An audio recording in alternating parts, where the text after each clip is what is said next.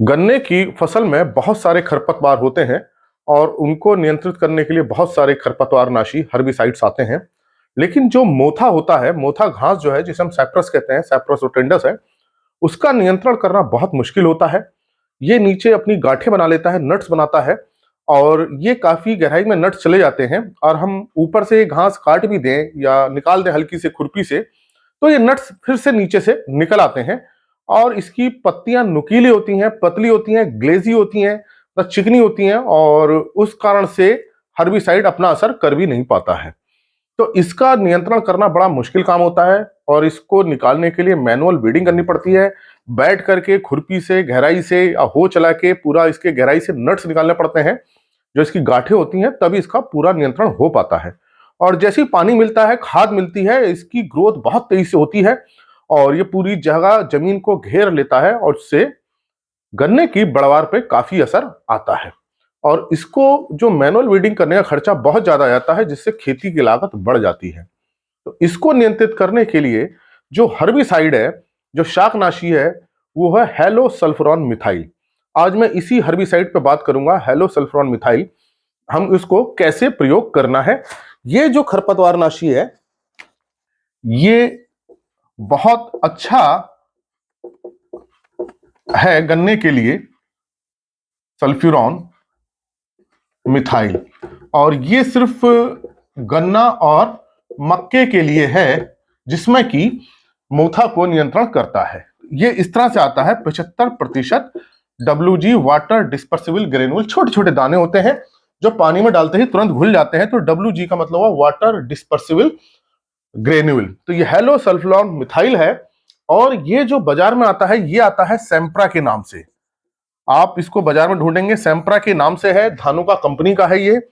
और इसका जो प्रयोग करना है वो आपको मोथे के लिए ही करना है स्पेशल, और ये गन्ना और मक्के के लिए है। आप इसको किसी और फसल में नहीं डालें। तो गन्ना और मक्का के लिए स्पेशली है। आप ये ना सोचें कि हम किसी और फसल में आ रहा है, गेहूं में आ रहा है, किसी और में आ रहा है तो हम इसको डाल दें मोथे के नियंत्रण के लिए। आपको नहीं डालना है। आप ध्यान रखें कि ये गन्ना और मक्के के लिए है, किसी और में डालेंगे तो फसल को नुकसान हो सकता है। और इसका जो सही नाम है हेलोसल्फ्यूरॉन मिथाइल है और बाजार में ये सेम्प्रा के नाम से आता है। तो इसका जो फायदा वो ये है कि जब आप इसको डालते हैं तो पत्तियों से होते हुए नीचे तक जाता है। मान लीजिए कि ये साइप्रस घास है, इसमें बहुत सारी आप देखेंगे गांठें जुड़ी होती हैं, एक के साथ एक कई सारी इस तरह की गांठें रहती हैं और एक उसमें कई गांठें रहती हैं और ये पतली जो है इतना लंबा पतला सा चला जाता है और पूरा फैलना शुरू हो जाता है।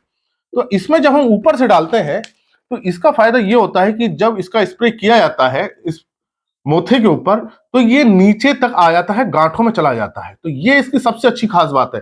केवल ये पत्तियों पे अपना असर नहीं दिखाता है, ये गांठों में भी चला जाता है। और अगर ये मिट्टी पे पड़ा हुआ है और मिट्टी में चला गया है और मिट्टी के अंदर कोई गांठ यहाँ पे है और जैसे ये गांठ जमती है तो उससे भी जमती हुई पौधे से जमते हुए जो साइप्रस है उसको भी एब्जॉर्ब कर लेता है ये साइप्रस वाली घास, और इसको भी ये खत्म कर देता है जमते हुए नए वाले साइप्रस घास को। तो ये इसकी बहुत बड़ी खूबी है कि पत्तियों पर डालने के बाद ये नट तक जाता है, नीचे चलता है, नीचे भी चलता है, ऊपर भी चलता है। तो ये इसकी खूबी है। और ये डालने के बाद पत्तियों की प्रोटीन बनाना बंद कर देता है। जब प्रोटीन बननी बंद हो जाती है तो पत्तियां मर जाती हैं और जब पत्तियां मरती हैं उसका धीरे धीरे धीरे ये नट भी सूखने लगती हैं, गांठें सूख जाती हैं, तो पूरा खत्म हो जाता है। तो ये इसकी बहुत अच्छी बात है।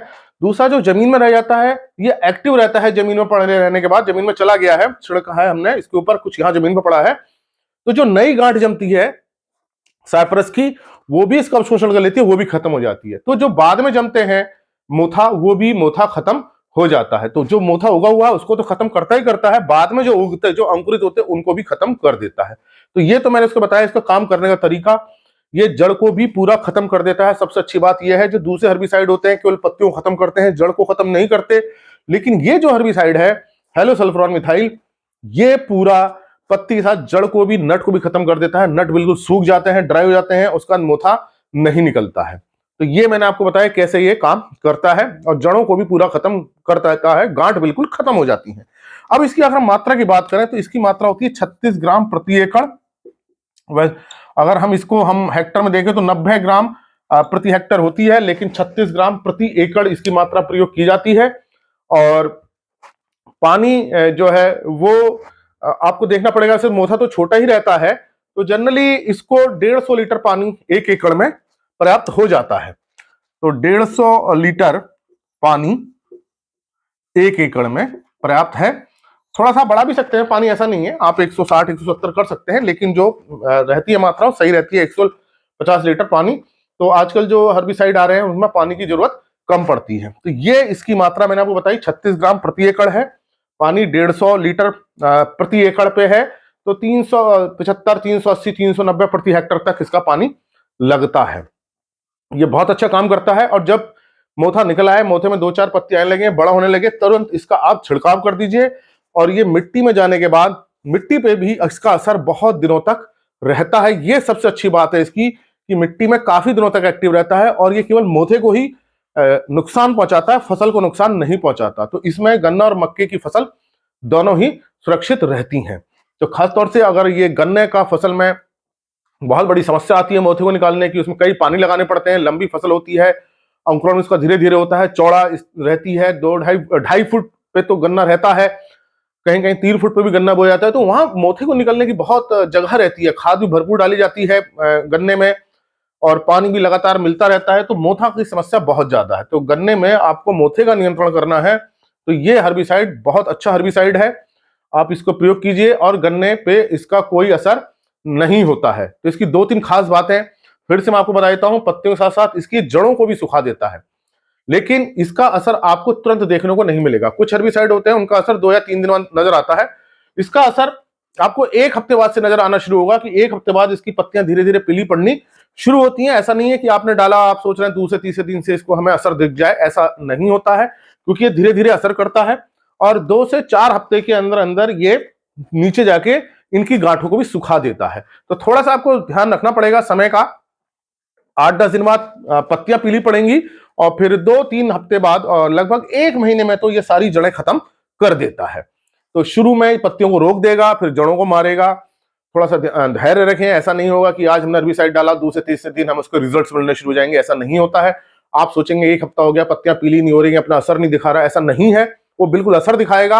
8-10 दिन बाद पत्तियां पीली पड़नी शुरू होंगी, उसके बाद उसका असर आएगा, और आप बाद में गांठ खोल के देखेंगे, करीब 2-3 हफ्ते बाद, 3-4 हफ्ते तक देखेंगे तो ये पूरी सूख चुकी होंगी गांठें। और जब गांठें सूख जाएंगी तो मोथा बिल्कुल फिर अगली बार निकलेगा ही नहीं। तो ये इसकी बड़ी खास बात है।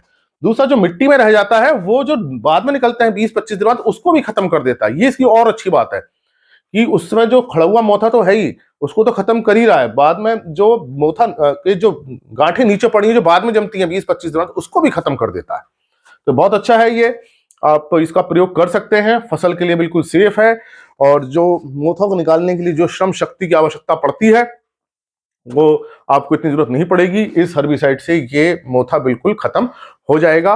लेकिन ये जो हर्बिसाइड है सिर्फ मोथे को ही नियंत्रित करता है, दूसरी घास को नियंत्रित नहीं करता। इस बात को आपको ध्यान रखना है। तो आपको वही प्रयोग करना है जहां मोथे की बहुत बड़ी समस्या है, नंबर 1। नंबर 2, ये 2 फसलों के लिए है, आप किसी और फसल में से डालने का प्रयास ना करें, फसल खराब आपकी हो सकती है। तो ये मैंने आपको बताया गन्ने में मोथे का नियंत्रण हम कैसे करें। यही नियंत्रण मक्के में भी है कि मक्के में भी आपको बिल्कुल इसी तरह प्रयोग करना है जैसे मैंने आपको गन्ने में बताया। तो गन्ना और मक्के के लिए मोथे के नियंत्रण के लिए ये बहुत अच्छा हर्बिसाइड है। मैं डॉक्टर अमित भटनागर, पंतनगर कृषि विश्वविद्यालय में प्रोफेसर के पद पर कार्यरत हूं, और इस चैनल के माध्यम से मैं यही प्रयास कर रहा हूं किसानों तक सही जानकारी पहुंचे, वैज्ञानिक जानकारी पहुंचे, ताकि उसका लाभ वो अपनी खेती में ले सकें। इसके लिए आप इस चैनल में बहुत सारी प्लेलिस्ट हैं, लेकिन आप कृषि किसान देखिए। कृषि किसान मैंने किसान भाइयों के लिए विशेष रूप से बनाई है, जिसमें मैं हिंदी में चर्चा करता हूं। तो आप इसको जरूर देखें। कृषि किसान में और सारे वीडियोज हैं, उनको भी देखें ताकि आप उसका पूरा लाभ ले सकें। अगर आपने चैनल सब्सक्राइब नहीं किया तो सब्सक्राइब कीजिए। धन्यवाद।